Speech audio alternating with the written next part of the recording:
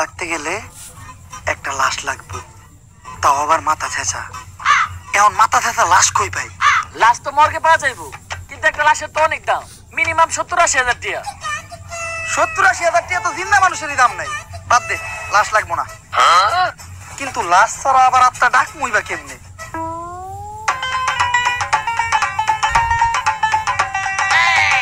একটা হিট নিয়ে আয়।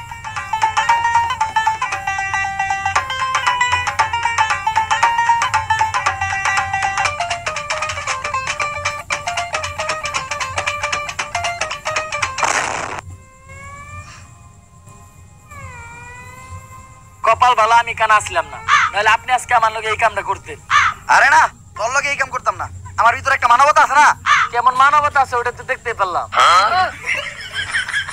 তারপর তোমার ডাইন হাত শক্ত কইরা লাশের মাথার উপর রাখবা। এই কথা চিন্তাও করো না।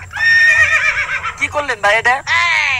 যদি এটা কইরাও ফেলো, তাইলে মাথার উপর থেকে হাতটা সরাইয়া হাতটা লাশের বুকের উপর রাখবা। এইটাও করা যাইব না,